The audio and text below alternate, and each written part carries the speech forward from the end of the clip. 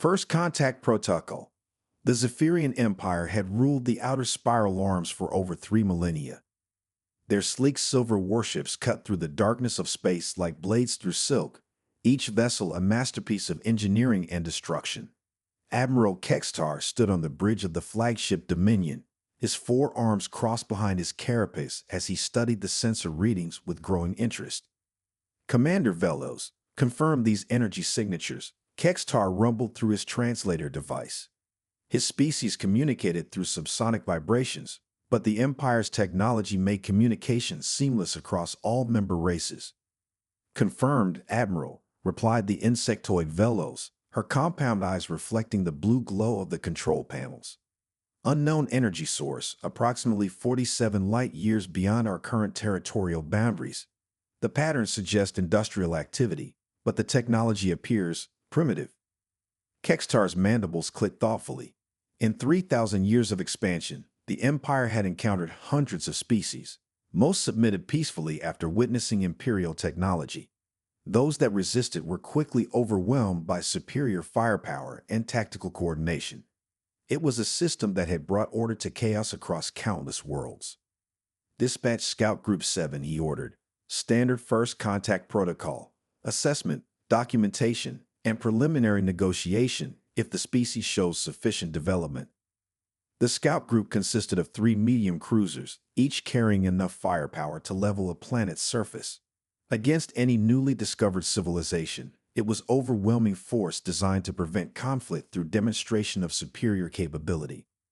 3 days later, Scout Group 7 dropped out of hyperspace near the source of the energy signatures. What they found defied immediate classification. Captain Nexus, reported the sensor operator aboard the lead scout ship Seeker. We have visual confirmation on the source. It appears to be a single vessel of unknown configuration. Captain Nexus, a reptilian Zephyrian with deep blue scales, studied the main display with growing confusion. The vessel before them was roughly cylindrical, perhaps 2 kilometers in length, with no obvious weapon systems or defensive arrays. Its hull appeared to be composed of simple metallic alloys, and its energy output was minimal. Life signs, he asked. Approximately 300 biological entities, Captain.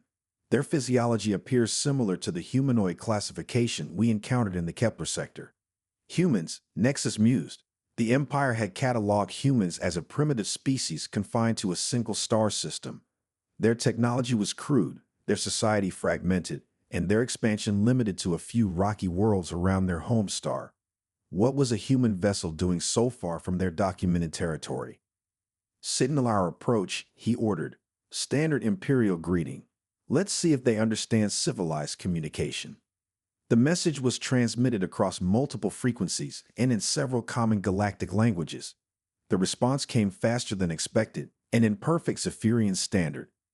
Imperial vessels, this is mining ship Persistence. We acknowledge your presence and welcome peaceful contact. Please state your intentions. Captain Nexus was surprised by the quality of their translation technology, but attributed it to possible trade contact with other species. This is Captain Nexus of the Zephyrian Imperial Navy. Your vessel is operating in space soon to be designated as Imperial territory. We require inspection of your vessel and crew for registration purposes. There was a pause before the human responded. Captain, we are conducting lawful mining operations in unclaimed space. We are willing to discuss the situation, but we cannot permit unauthorized boarding of our vessel. The audacity of the response stunned the bridge crew. A primitive mining ship was refusing Imperial authority. You misunderstand the situation, Captain Nexus replied, his voice taking on the tone reserved for uncooperative species. This is not a request. Prepare for inspection or face the consequences. Captain, the human voice replied calmly, we respectfully decline. Perhaps we could arrange a meeting between representatives instead. Nexus signaled for weapons systems to power up. The 3 Imperial ships were more than sufficient to disable or destroy the human vessel. Final warning. Submit to inspection or we will take action. Understood, Captain. We choose to defend ourselves. What happened next would be discussed in Imperial military academies for generations. The human mining ship, which had shown minimal energy output and no obvious weapons, suddenly blazed with activity. Sensors detected massive power redistributions throughout the vessel, and then something unprecedented occurred. The Imperial ships found their targeting system scrambled. Every lock they achieved on the human vessel immediately failed, as if their sensors couldn't maintain focus on the target. More concerning, their own navigation systems began reporting conflicting data about their positions relative to each other. "What's happening to our systems?" demanded Captain Nexus. "Unknown interference patterns, sir," replied the technical officer. "It's like our sensors are being fed false information, but the interference is so sophisticated it's adapting to our countermeasures in real time." Then the human ship moved. Despite its ungainly appearance, it accelerated smoothly away from the Imperial formation, somehow avoiding the energy weapons fired at its position.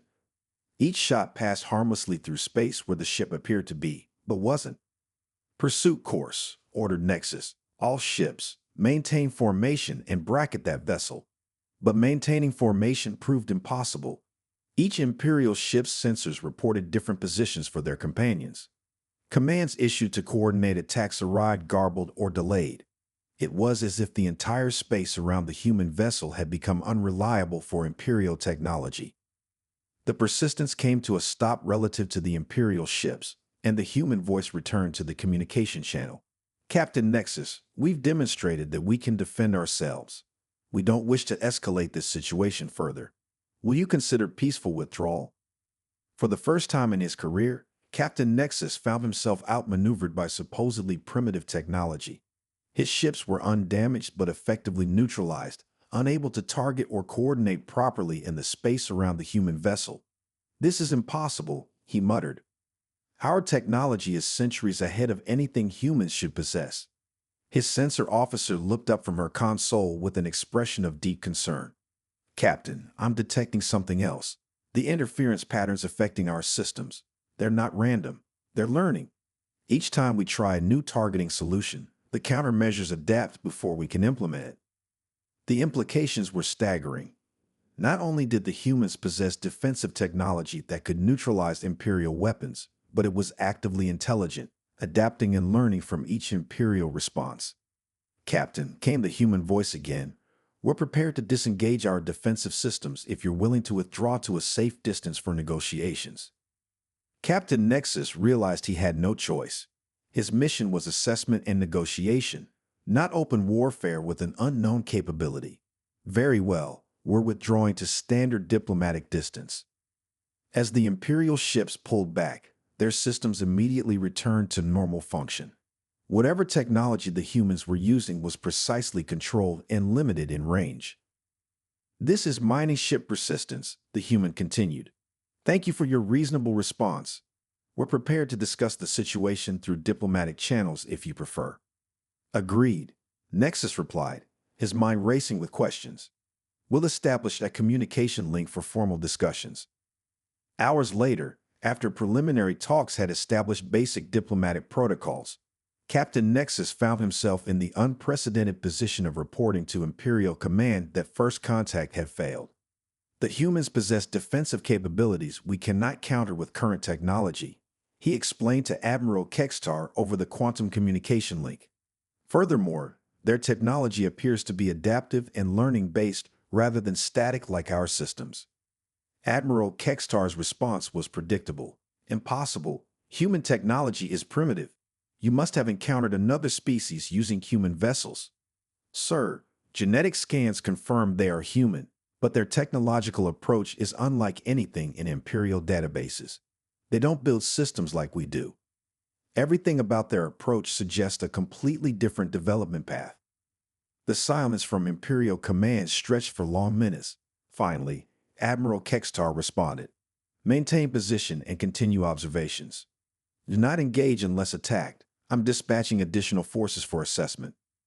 As Captain Nexus ended the communication, he stared at the human mining ship on his display.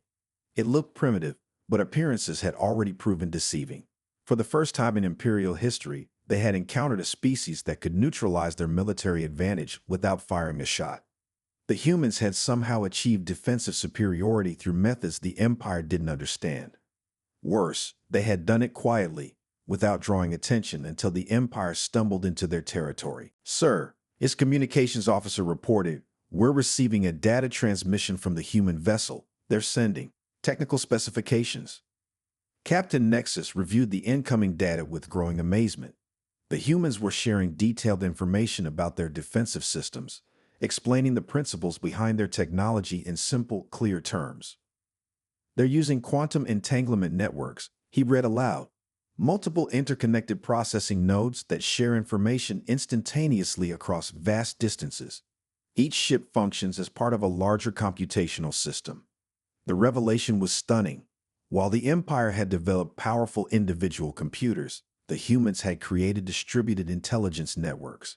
Their ships weren't just vessels with computers aboard, they were components of a vast thinking system.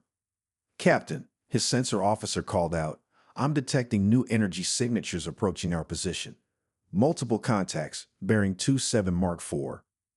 On the display, 5 more human vessels appeared, each different in design but sharing the same basic technological principles as the mining ship.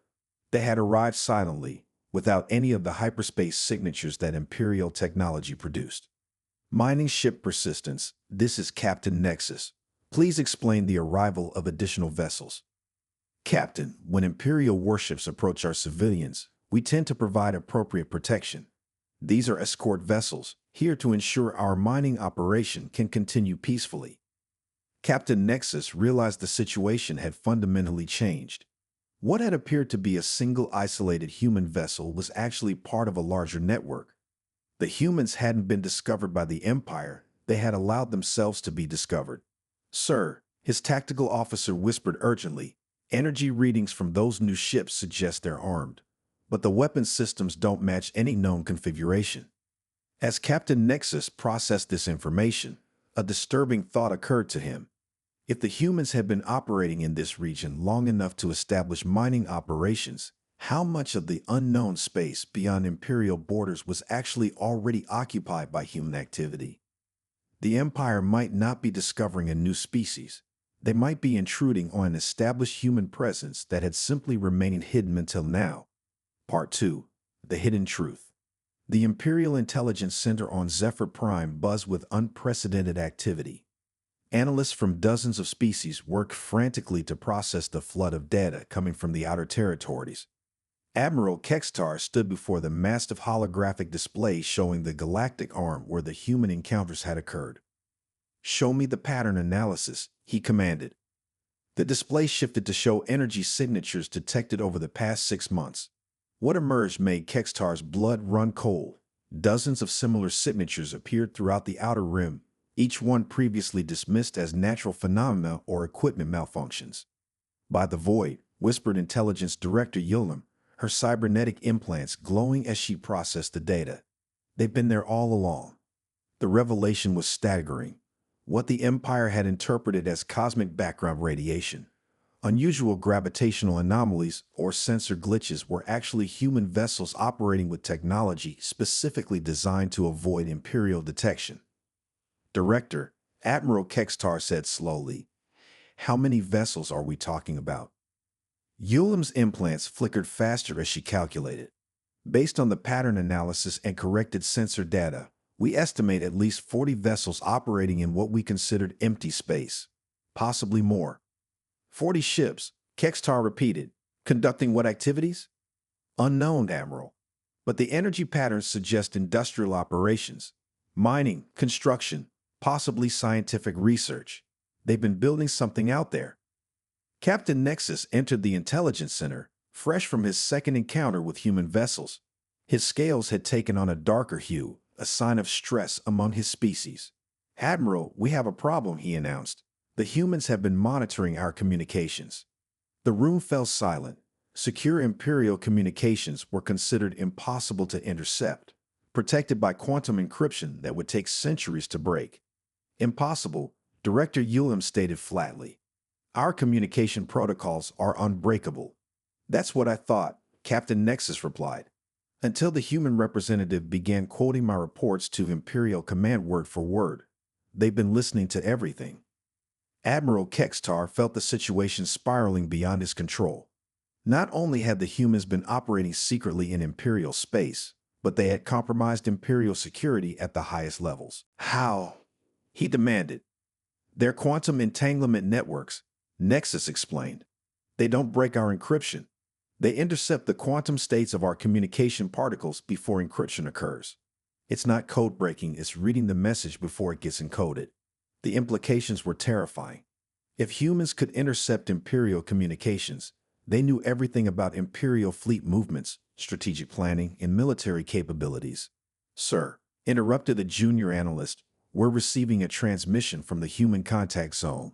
It's addressed to Admiral Kextar personally. The main display activated, showing a human female with short silver hair and calm eyes. She wore a simple uniform without obvious rank insignia. Admiral Kextar, I am Director Sarah Chen of the Human Expansion Initiative. We need to talk. The directness of the approach caught everyone off guard. Imperial First Contact protocols involve weeks of preliminary negotiations through intermediaries. I am Admiral Kextar of the Imperial Navy, he replied formally. You have been operating illegally in Imperial space and compromising Imperial communications. Explain yourselves. Director Chen smiled slightly. Admiral, with respect, we haven't been operating in Imperial space. We've been operating in unclaimed space that your empire hasn't yet reached. As for your communications, we've been monitoring them to ensure our own security. Your vessels appeared primitive during initial contact, Kextar challenged. Yet you demonstrate technology beyond Imperial capabilities. Explain this deception. Not deception, Admiral. Caution. Chen's expression grew more serious. Humans have a saying, speak softly and carry a big stick. We prefer to appear less threatening than we actually are until we understand the intentions of those we encounter. And what have you concluded about Imperial intentions? Chen was silent for a moment. Your empire has a consistent pattern, Admiral. You encounter new species, assess their capabilities, and either incorporate them as subjects or eliminate them as threats. You don't recognize equals. The accuracy of her assessment was uncomfortable. The Empire had indeed followed that pattern for millennia, always from a position of overwhelming technological superiority. So you chose to deceive us, Kextar stated. We chose to survive, Chen corrected. While you've been expanding through conquest and assimilation, humans have been expanding through adaptation and preparation. We learned about your empire decades ago and have been preparing for eventual contact ever since. Director Ulam stepped forward, her implants working furiously. How long have you been monitoring us? 73 years, Chen replied without hesitation.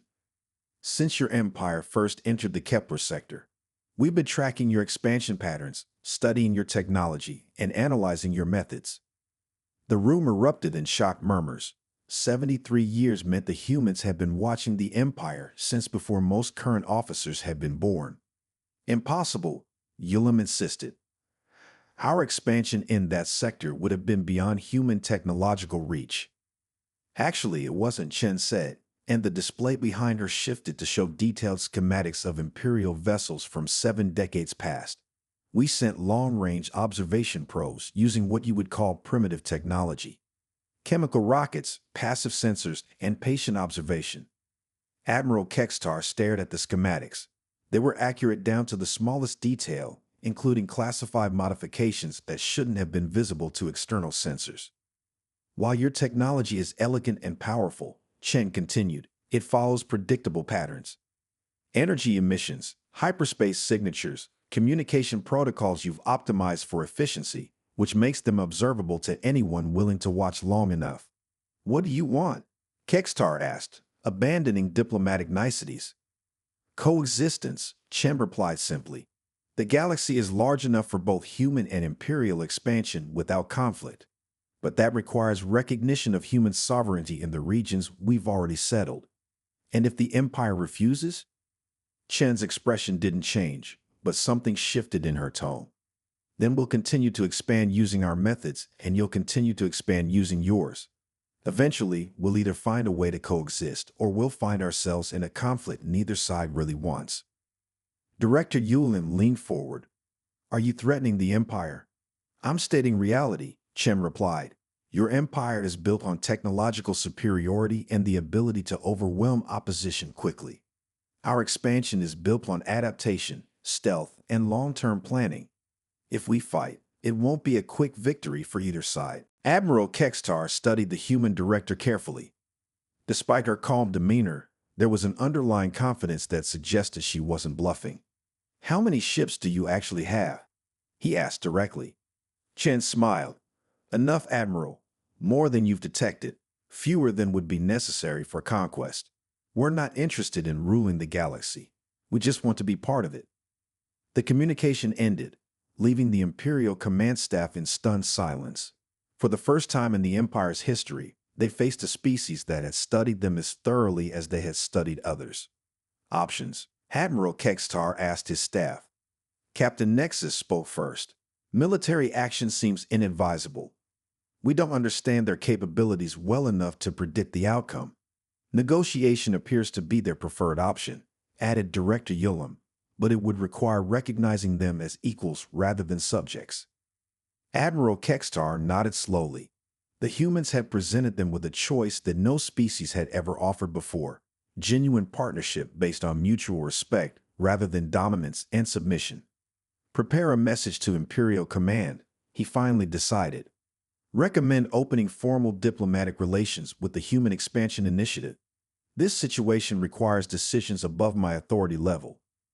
As his staff moved to implement his orders, Admiral Kextar remained staring at the display showing the Outer Rim territories. Somewhere out there, human vessels continued their quiet expansion, building something the Empire didn't yet understand. For the first time in 3 millennia, the Zephyrian Empire faced a species that had turned the tables on them. The hunters had become the hunted, the observers had become the observed, and the supreme technological power of the galaxy had been quietly outmaneuvered by a species they had dismissed as primitive. The age of imperial dominance might not be ending, but it was certainly being challenged in ways no one had anticipated. Part 3. The Silent Awakening. Emperor Zethran had ruled the Zephyrian Empire for over 4 centuries, ascending to power through a combination of political cunning and military brilliance. His palace on Zephyr Prime was a monument to imperial might, with walls of crystallized energy and floors that reflected the light of a dozen conquered suns. Yet as he stood before the assembled Imperial Council, even his vast experience couldn't prepare him for the decision that lay ahead. "The humans have issued an ultimatum," announced Admiral Kextar, his voice carrying across the circular chamber where representatives from hundreds of imperial worlds sat in ascending tiers. "Recognize their sovereignty or face the consequences of continued expansion into occupied territory." Council member Vexera of the Crystalline Worlds rose from her seat, her translucent form shimmering with indignation. "No species has ever issued ultimatums to the Empire. Their presumption is beyond tolerance." "Their presumption," corrected Intelligence Director Yulum, "is backed by capabilities we still don't fully understand. Analysis of their technology suggests approaches to physics that our science academies deemed impossible." Emperor Zethran raised one of his 4 hands for silence. His ancient eyes, enhanced by centuries of cybernetic upgrades, studied the holographic displays showing human territorial claims throughout the Outer Rim. "Show me the fleet analysis," he commanded. The chamber's central display activated, revealing a 3-dimensional map of known space. Red indicators marked confirmed Imperial territories, while blue indicators showed the expanding network of human settlements. What was most disturbing was how extensively the blue dots had spread without Imperial detection. "Director Yulum," the Emperor said slowly, "explain how an entire civilization expanded through our surveillance network without being detected." Yulum's cybernetic implants pulsed as she accessed the most recent intelligence reports. "Your Majesty, human expansion follows a completely different model from any we've encountered. Instead of establishing large colonies on suitable worlds, they create small, highly mobile settlements that can relocate quickly if necessary."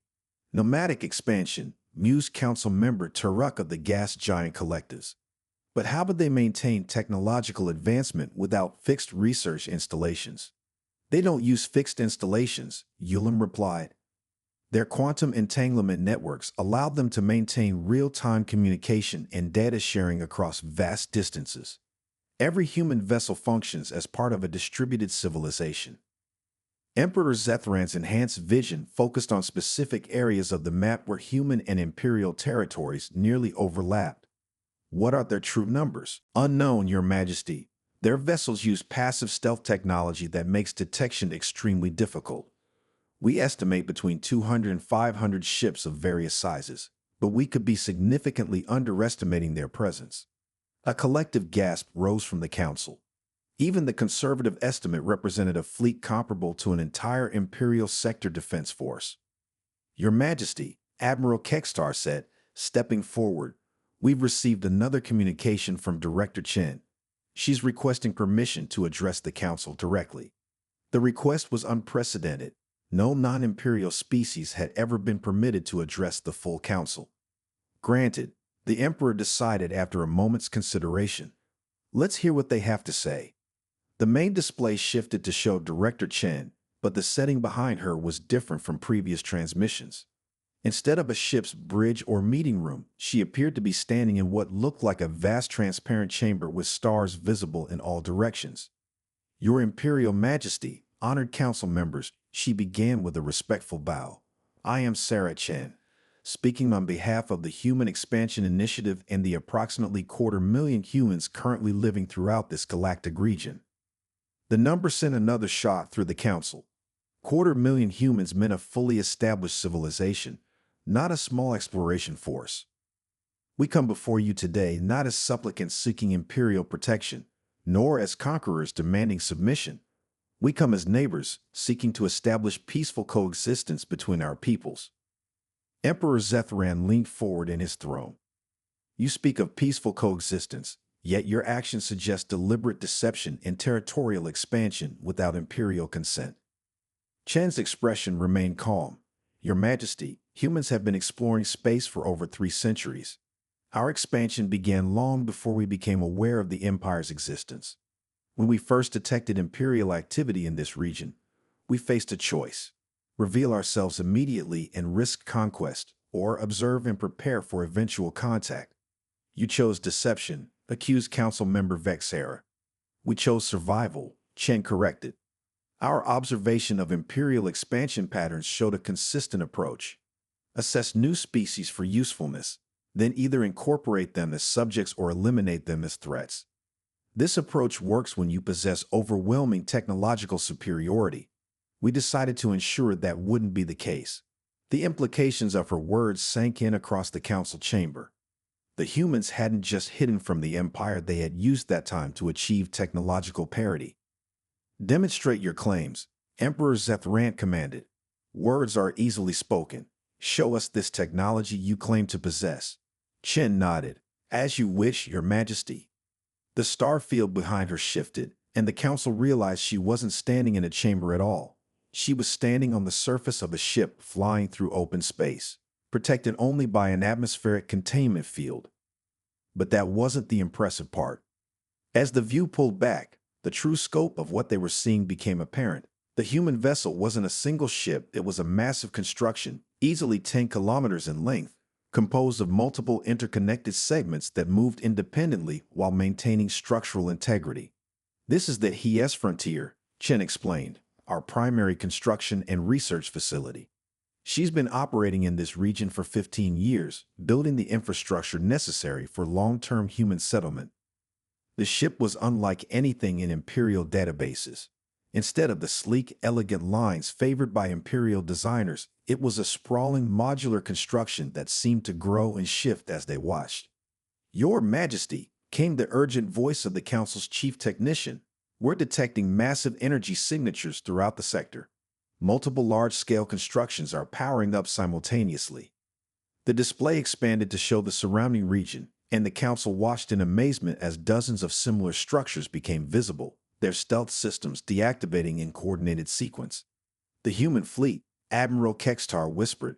They're revealing their true presence. Chen's voice continued calmly. What you're seeing is the result of 73 years of careful expansion and construction. We call it the Silent Fleet because its primary purpose isn't warfare, it's civilization building. The ships were indeed unlike anything the Empire had ever encountered. Some were clearly industrial facilities, while others appeared to be scientific research stations. A few showed the distinctive energy signatures of defensive systems, but most seemed designed for construction and exploration rather than combat. How many people? Emperor Zetharan asked quietly. Currently, approximately 247,000 humans living permanently in space-based habitats throughout this region, Chen replied, plus rotating crews and support personnel. We've established 17 permanent research stations, 32 mining operations, and 41 mobile habitats. The numbers represented more than an exploration mission. They represented a full-scale colonization effort that had proceeded completely outside Imperial knowledge or control. Your intentions? The Emperor asked. Continued expansion and development, Your Majesty, but not at the expense of Imperial territory. The galaxy is vast enough for both our civilizations to grow without conflict. Council member Turvuk rose from his seat. And if the Empire chooses to incorporate your territory into Imperial space anyway. For the first time, Chen's expression hardened slightly. Then we would defend ourselves. But such a conflict would benefit neither of our peoples. You believe you could successfully resist Imperial forces? Challenged Admiral Kekstar. Chen paused thoughtfully. Admiral, our approach to technology differs fundamentally from yours. Your empire builds powerful, elegant systems designed for maximum efficiency. We build redundant, adaptable systems designed for maximum resilience. In a direct confrontation, Imperial forces would likely achieve initial victories. But our distributed civilization could maintain resistance indefinitely. A guerrilla war, Emperor Zetharan mused. Hidden bases, mobile forces, persistent harassment. Exactly, Your Majesty. But such a war would be devastating for both sides. We propose instead a different approach, formal recognition of human sovereign territory in exchange for technological cooperation and mutual defense agreements. The offer was unprecedented. No species had ever proposed an alliance with the Empire as equals. What form would this cooperation take? Asked the Emperor. Our quantum entanglement communication networks could significantly enhance Imperial coordination across vast distances, Chen explained. Our modular construction techniques could improve Imperial shipbuilding efficiency. In exchange, Imperial energy manipulation technology could enhance our defensive capabilities, and Imperial medical advances could benefit our space-based populations. Director Yulim's implants flickered rapidly as she processed the implications. Technological exchange rather than conquest or submission. The Empire has never attempted such an arrangement. Perhaps, said Emperor Zetharan slowly, it's time the Empire evolved. The statement sent shockwaves through the Council. For over 3 millennia, Imperial expansion had followed the same pattern. The suggestion of fundamental change was almost unthinkable. Your Majesty, protested Council member Vexhera, the Empire's methods have brought order and prosperity to hundreds of worlds. Why change what works? Because, the Emperor replied, rising from his throne, these humans have demonstrated that our methods don't work against every species. They've achieved technological parity through approaches we never considered. Perhaps there are other paths to progress we've overlooked. Chen watched the debate with interest. Your Majesty, if I may suggest, this partnership doesn't require abandoning successful Imperial methods. It simply means recognizing that different approaches can be equally valid. Emperor Zetharan studied the display showing the Silent Fleet. Hundreds of ships, thousands of people, an entire civilization that had grown quietly in the shadows of Imperial space. They represented something new in the galaxy, a species that had achieved strength through adaptation rather than conquest. Director Chang, he said finally, the Empire is prepared to open formal negotiations for a recognition and cooperation treaty. Your fleet will be acknowledged as representatives of a sovereign human state, with all the rights and responsibilities that status entails. The decision would reshape the Empire's future. For the first time in its history, the Zephyrian Empire would share the galaxy with equals rather than subjects. As the council session ended and the various representatives dispersed to their worlds, Emperor Zetharan remained staring at the display showing the Silent Fleet. Perhaps the greatest strength wasn't the power to conquer, but the wisdom to recognize when cooperation served better than conquest. The humans had taught the Empire that sometimes the most powerful response to overwhelming force was simply to disappear, prepare, and return stronger than before. It was a lesson that would resonate throughout the galaxy for generations to come. The age of imperial dominance hadn't ended, but it had evolved, and in that evolution, both humanity and the Empire would find new paths to the stars.